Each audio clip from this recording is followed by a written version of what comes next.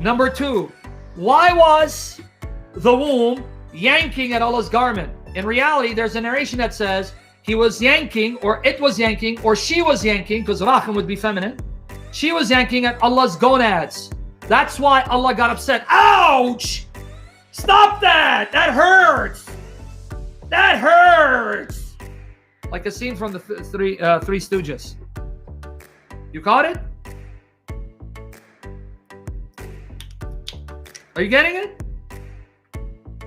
Aren't you thankful that the Lord Jesus allowed us to run into Uthman? Because Uthman, in his arrogance and his lies, has now allowed us to bury Muhammad further in hell by the power of Jesus Christ. So you see how it's now backfiring against him? And the Muslims are going to be angry. That's why they're manifesting in our channels.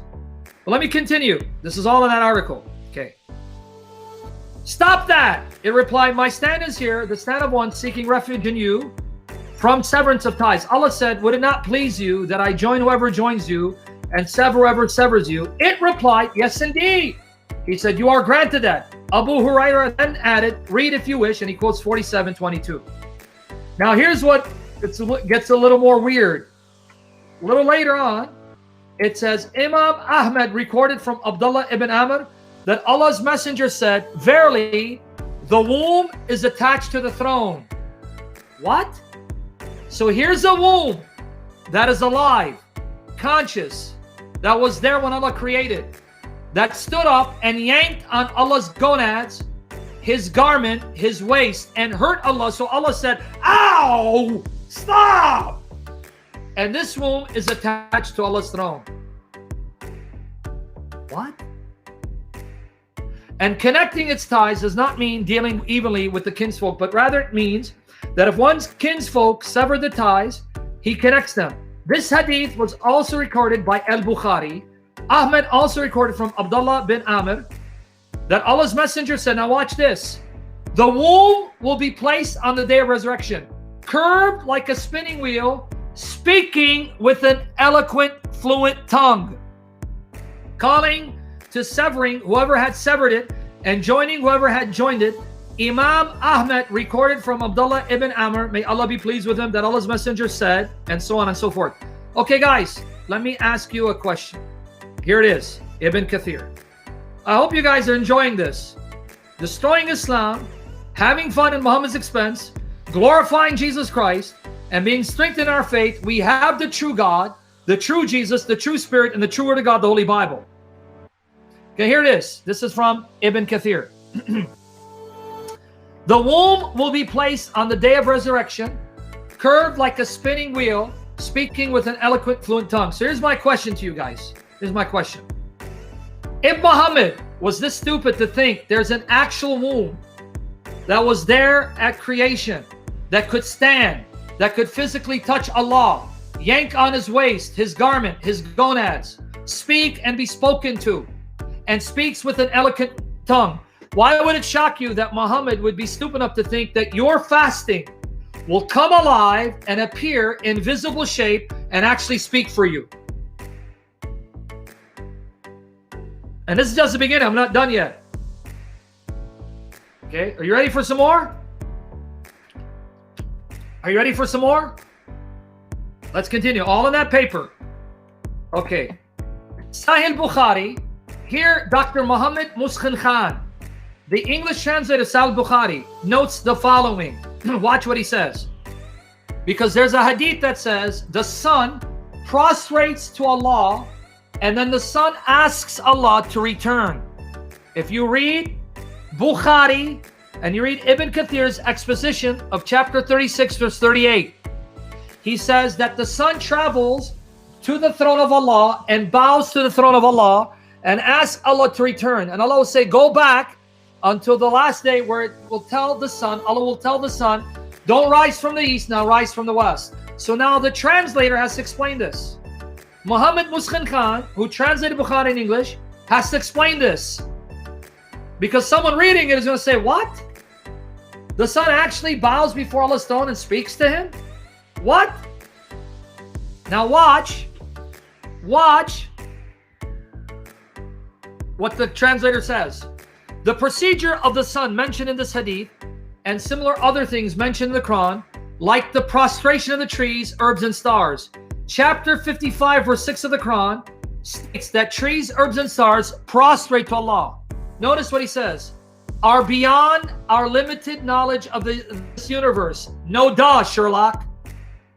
Are beyond our limited knowledge of this universe. It's a mystery. Only Allah and His Messenger know best. Allahu Alam. It is interpreted that these are mentioned so because of the limited understanding of the people at that time about matters of the universe. Now, let's read. What did Muhammad think about trees and stones and rocks? Wonderful. Sahih Bukhari, volume 4, book 56, number 791. Sahih Bukhari, volume 4, book 56, number 791. Watch, guys. Narrated Abdullah ibn Amr. I heard Allah's apostle saying, the Jews will fight you and will be given victory over them, so that a stone, guys, a stone will say, oh Muslim, there's a Jew behind me, kill him. Even the stones are Muslims, even the stones speak, even stones will help Muslims to kill Jews, because the stones are anti-Semitic.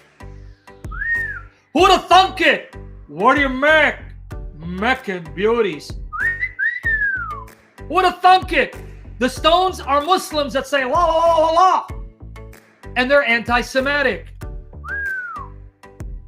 My goodness, what do you make? Here it is. Here's the link to the hadith if you think I'm lying. Read it.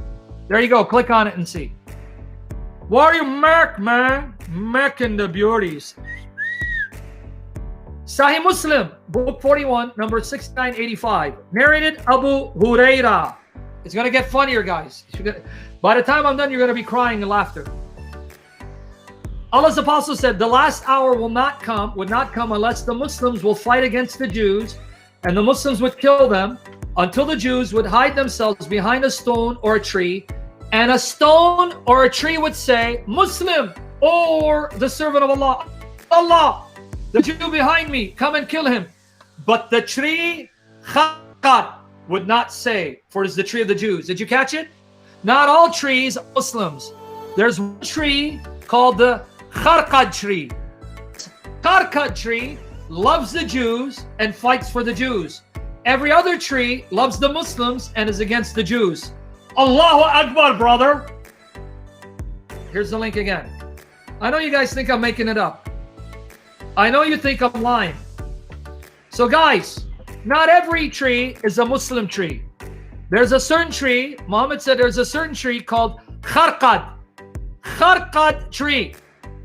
And that's the tree of the Jews. So this Kharqad tree will fight for the Jews, but every other tree and stone will say, Ya Abdullah, Ya Muslim, this Yahud, he's here, kill him.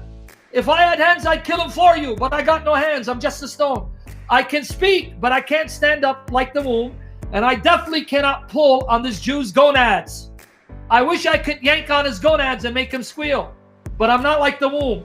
So I have no hands or feet, but I can speak. Come on, Abdullah, Ya Muslim, kill him, kill him. He's here, he's here. This is Islam.